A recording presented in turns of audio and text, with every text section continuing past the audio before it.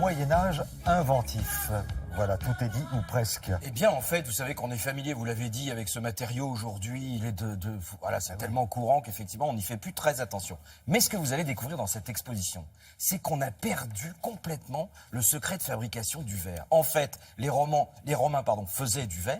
Ils faisaient même un verre particulièrement clair, particulièrement beau. Ils avaient un petit truc de fabrication. Ils rajoutaient des actes de salmonelle au moment de la fusion, et ce qui faisait que la couleur de leur verre était particulièrement belle. Et on a perdu le secret. On a perdu l'algue qui permettait l'additif. Et donc, qu'est-ce qu'on a fait? Petit à petit, pendant des années, on reprenait des morceaux de verre qu'on trouvait. Voilà, et avec ce verre, on essayait de recomposer qui des vitraux, qui des vases, etc. Donc en fait, on a perdu quand même le secret du verre. Et ce que vous apprendrez dans cette exposition, c'est que la fenêtre, la bonne vieille fenêtre qu'on connaît, eh bien, elle vient des cisterciens. Les cisterciens ont décidé que la couleur, c'était trop, voilà, c'était la vie, etc. Il fallait être un petit peu, Dieu, c'est quand même une rigueur, c'est une ascèse qui fait qu'il faut être pur. Et c'est comme ça qu'est née la fenêtre, c'est-à-dire le verre purement transparent. Alors, pourquoi est-ce que ce matériau a conservé un peu un caractère un petit peu magique? Et puis surtout, qu'est-ce qu'on en faisait à l'époque du Moyen-Âge? Direction la visite guidée au musée de Cluny à Paris.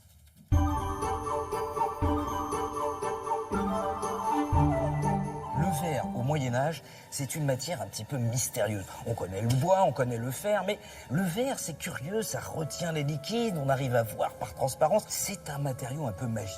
Et d'ailleurs, on construit des étuis pour le conserver, parce qu'il ne faut surtout pas le briser. Sinon, on brise le charme qui va avec. Malédiction! Malédiction sur toute la famille. Et ça vient de là. Oh, 7 ans de malheur.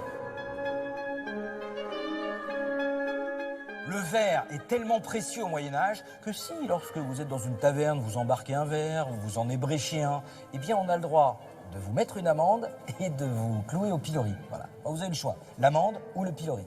Voilà. On est au Moyen-Âge, je vous conseille plutôt l'amende. Le pilori, c'est cloué au pilori, tout ça, c'est... C'est mieux l'amende. Voilà. Tout ça pour un morceau de verre. Alors évidemment, qui dit verre dit lunettes. À l'époque, on appelle ça les bériques ou les clouantes. Pourquoi les clouantes? Parce qu'il y a un petit clou au milieu pour solidariser la monture. Alors attention, on peut pas faire où est-ce que je l'ai mis parce que crac, aïe, ah oui, forcément ça pique. Et le porteur de lunettes est suspect. Dans ce tableau, l'escamoteur, on voit bien que celui qui vole la bourse, eh ben, il porte des bériques. Et oui, on se méfie parce que ce sont des gars, ils voient des choses qu'on ne voit pas, voilà. Donc les lunettes, c'est louche.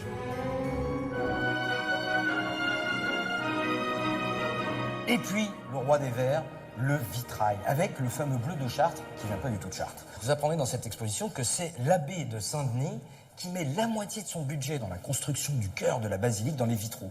Et il fait venir du Moyen-Orient des blocs de verre bleu. Et il obtient ce bleu absolument lumineux, sublime, qui n'est pas du tout comme les autres bleus.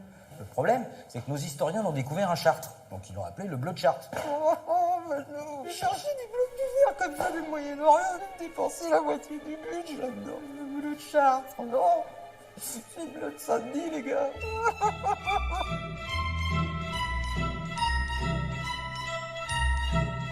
Et pour terminer, ici, vous avez une pièce très rare. C'est le dernier miroir convexe au plomb qui date de la fin du XVe siècle. Et ça permettait tout simplement de grossir l'écriture. On s'en servait un petit peu comme une loupe. Le problème, c'est qu'évidemment, lorsque vous écrivez avec un miroir comme ça, vous écrivez à l'envers. Et oui, forcément. Donc souvent, on a dit que Léonard de Vinci avait écrit son codex à l'envers, justement pour pas qu'on le lise. Mais peut-être que Léonard de Vinci était tout simplement Miro. On n'a pas pensé à ça. Et peut-être que voilà, il avait besoin du miroir pour grossir et pour juste voir ce qu'il écrivait. Alors peut-être. Je ne suis pas en train de refaire l'histoire.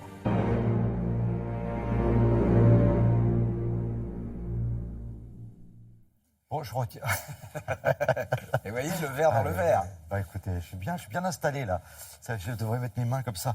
Bon, je retiens une chose. Attention si vous cassez un verre, parce qu'à l'époque, ça rigolait pas. D'accord. Et rendez, s'il vous plaît, le bleu de... le bleu de Saint-Denis, et pas le bleu de Chartres. Voilà. Pour rendre à Saint-Denis ce qui...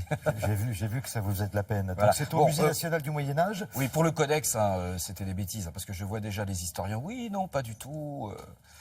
Léonard de Vinci n'était pas du tout Miro, etc. Ne vous inquiétez pas, on s'occupe de tout. C'est jusqu'au 8 janvier 2018. Merci beaucoup, Thomas.